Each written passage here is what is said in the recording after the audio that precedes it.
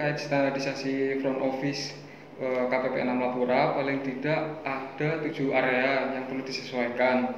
Kira-kira kendalanya apa ya Pak? Tentunya di sini yang menjadi prioritas adalah anggaran.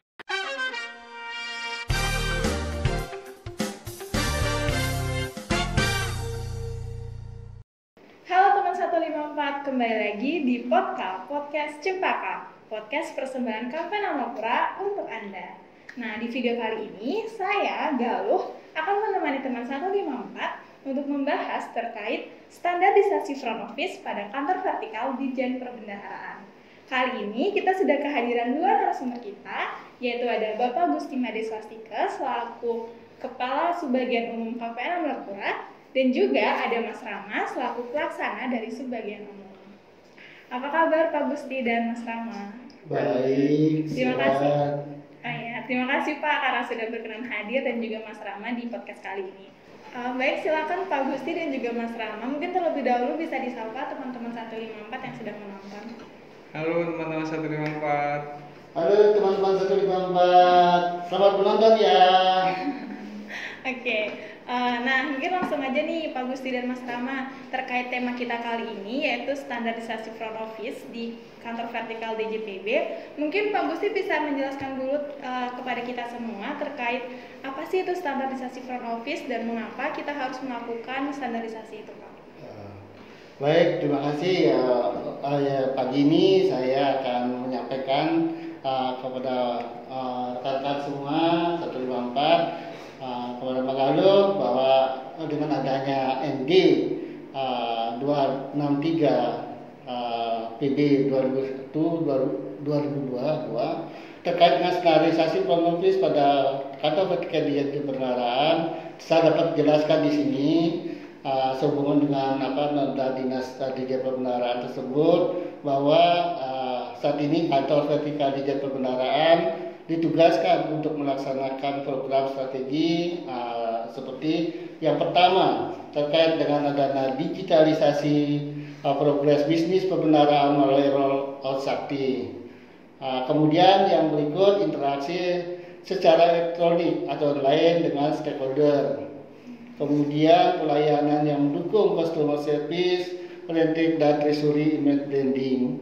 Kemudian penguatan peran sebagai regional chief economist yang mendukung kolaborasi Kemenq dan ekonomi inklusif. Yang kedua, sini berkenaan dengan hal tersebut diminta langkah-langkah awal seluruh KPPN dan Kanwil juga agar melakukan penyesuaian terhadap layout front office baik di KPPN maupun di Kanwil. Nah, di KPPN sendiri menyediakan prasarana front office yang meliputi area resepsionis, kemudian ada area customer service officer untuk memberikan layanan kepada stakeholder yang mendukung digitalisasi layanan dan pola adaptasi baru. Kemudian juga menyediakan stakeholder loan untuk memberikan layanan perbendaharaan dan layanan konsultatif yang pembimbingan atau asistensi kepada stakeholder yang hadir secara fisik. Kemudian untuk layanan special mission atau sinergi atau kolaboratif untuk Kementerian Keuangan di daerah.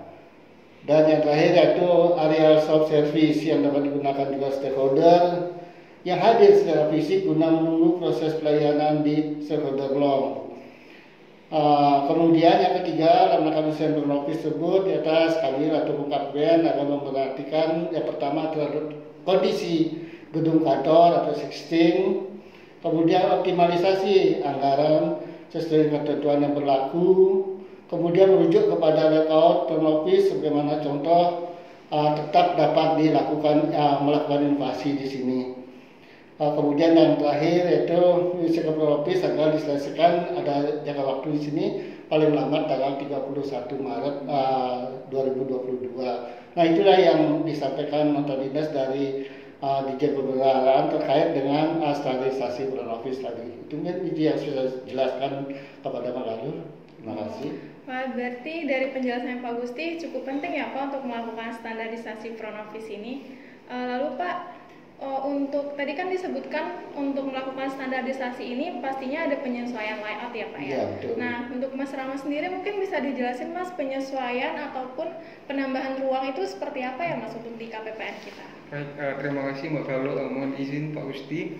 Jadi terkait standarisasi front office KPPN Amlapura, paling tidak ada 7 area yang perlu disesuaikan. Area yang pertama yaitu area resepsionis, di mana area resepsionis ini merupakan area pertama bagi stakeholder yang datang untuk mendistribusikan layanan serta untuk mengarahkan dan menentukan layanan apa yang diperlukan oleh stakeholder. Nah, kemudian area yang kedua yaitu area customer service officer, di mana akan standby pejabat fungsional sebagai customer service officer untuk memberikan layanan kepada stakeholder yang datang dan sekaligus untuk memberikan layanan kepada stakeholder secara online. Nah, yang ketiga yaitu area stakeholder lounge. Jadi area stakeholder lounge ini akan disediakan meja dan kursi yang santai, di mana stakeholder atau tamu yang datang bisa menunggu di area tersebut, sekaligus akan didatangi oleh customer service officer. Jadi area ini juga bersifat akomodatif, fleksibel, dan excellent service. Kemudian area yang keempat ada mini treasury learning center atau mini TLC. Jadi di mini TLC ini area yang disediakan khusus untuk para stakeholder terkait pendampingan, edukasi, dan sosialisasi bagi mereka yang datang secara fisik dengan berkelompok. Area yang kelima ada area self-service, di mana area santai juga bagi stakeholder yang menunggu layanan dari stakeholder lounge. Sekaligus stakeholder bisa mengakses berbagai media dan fasilitas yang disediakan oleh KPPN. Ada juga area yang keenam, yaitu area sinergi dan kolaboratif Kementerian Keuangan di daerah. Jadi akan disediakannya area khusus untuk mendukung stakeholder Kementerian Keuangan yang ada di daerah. Bisa dari Pemda, bisa dari UMKM, seperti itu.